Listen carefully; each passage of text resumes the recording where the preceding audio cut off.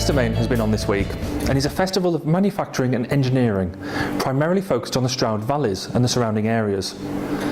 It aims to be a celebration of the area's rich heritage and modern day strengths in manufacturing and engineering. But more fundamentally, is targeting young people with a strong message of manufacturing and engineering can provide fun and fulfilling jobs and careers.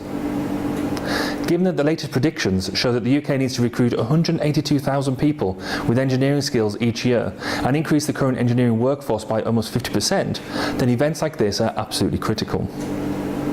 Festomane was founded in 2012 by Neil Carmichael, the MP for Stroud Valleys and Vale, who brought together a number of local businesses and organisations involved in manufacturing and engineering. This was its 5th year, and given our drive to highlight the human factors elements within engineering, we decided to take part, and whilst we were later to the table than other businesses, the Festomane team made us very welcome. We ended up taking our K-Sharp stand with some examples of how human factors are applicable in engineering design, and we also took examples of wearable technology for people to engage with. So this was your first experience being part of a festival and an exhibition. How did you find it? Did you enjoy it? Yeah, I did enjoy it. There were a lot of children there, and I'd say there was more boys than girls, but that may be explained because the event was focused around manufacturing engineering and it's not really a typical girls' profession. However, the young girls that were there really did get involved in the stalls and they seemed like they enjoyed it. Excellent. So, given that we were there promoting human factors and human sciences in engineering and science, what other types of companies were there? There were a lot of different companies. We were opposite the UE stand, so that's the University of the West of England. There was companies such as Delphi, Sartorius, Muller, who makes the fridge milkshakes, got some free milkshakes. There was Lister, Ecotricity, and, well, basically anything you could think of in engineering and manufacturing was in this little auditorium. That's really cool. And so they were all there with their demos and that type of thing, but I believe that we were the only people there who were promoting human sciences and how the humans interact with manufacturing and engineering. So how did people react when they came up to our stall? I think people were quite surprised that we focused on the human before the technology, because obviously the majority of the stalls in there were very technology based and this does this and this is cool, rather than what can the human benefit from it or can the technology benefit from the human. A certain gentleman came up to the stand and was really quite surprised that we did what we did. He was kind of quite awestruck by it, which I found quite funny. But yeah, I think people are thinking more towards research and how technology and humans go together rather than just technology on its own. We really enjoyed being part of Festomane and hope to do so again next year.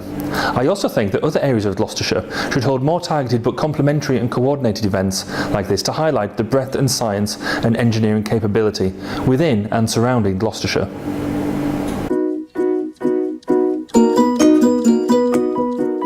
The wearable technology industry is really flourishing in the health sector at the moment, and it seems like that bubble just isn't going to burst. With that in mind, we are going to evaluate and highlight a product we found last year that is on the very edge of what we consider wearable.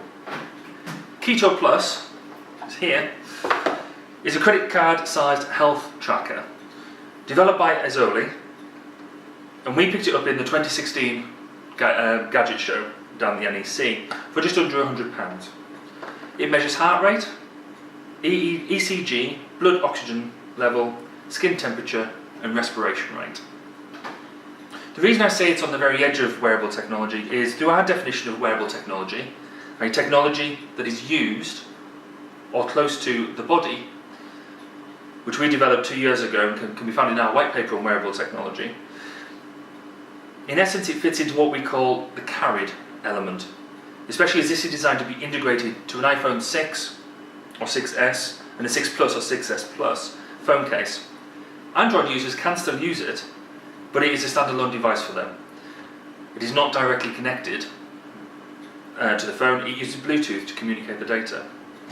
The device is relatively easy to use. So if we look at what we've got, it is built into a phone case itself, but the important piece is this piece here, which has got sensors on the back, and you basically, by using it, you place your 4 fingers over the sensors, leave it on for the period of time, activate it within your app, and it will take the readings in a fairly short period of time. This is clearly not meant to be used dynamically, so you can't use it whilst you're out running or doing other forms of exercise. It is meant to be taken statically whilst you're stood up or sat down.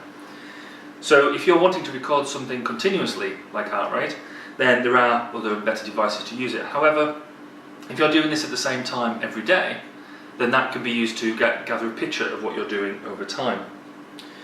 The readings you get are simple enough to interpret. However, we found that trying to get a measurement for your blood oxygen level can be somewhat difficult. You have to have your finger over the sensor with just the right amount of pressure. Too hard or too soft, and it just won't give you an accurate reading, or in some cases a reading at all.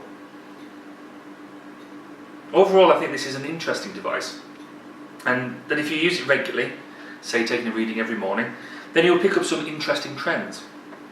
The main issue that we can see with this and other applications like this is how you interpret and use that data. You really need to do your research to determine what good looks like.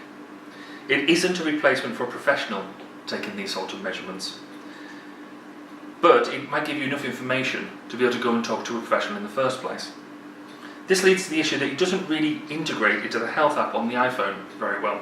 They've spent the time integrating it into an iPhone case, but for true interoperability and integration with other things, you would expect them to integrate into the health app. This is something we would hope to see in a future release of the software. On the usability side of things, when integrated with the iPhone case, then actually it makes it a very stable thing to use. So you grab it as part of your phone. But when you're using just the sensor itself, like an Android user would have to use, then it's not particularly ergonomic. There's nothing around there to help you with that, and we hope to see other people developing cases to allow you to blend it in. To charge it, you use a micro USB device, a micro USB cable, and a Kito adapter.